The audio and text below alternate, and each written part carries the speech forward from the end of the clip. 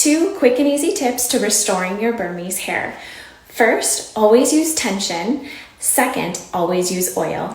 By applying tension while you're blow drying, you give the hair a natural, sleeker look. Now I'm going to show you why tension is so important in a second, but first let's talk about oil. I like to use oil on the ends right after I've styled my topper.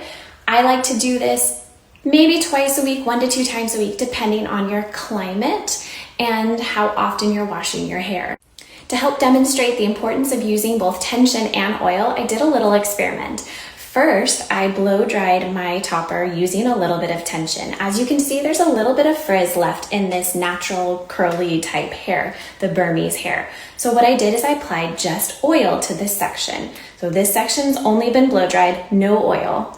This section right here has been blow dried under tension, but I also applied a little bit of oil. As you can see, it already has that naturally sleeker look. Just a little bit of oil made the difference between this and this. Then, this is the key.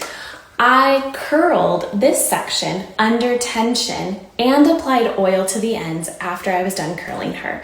So as you can see, the difference that it makes in the hair from this hair over here to this.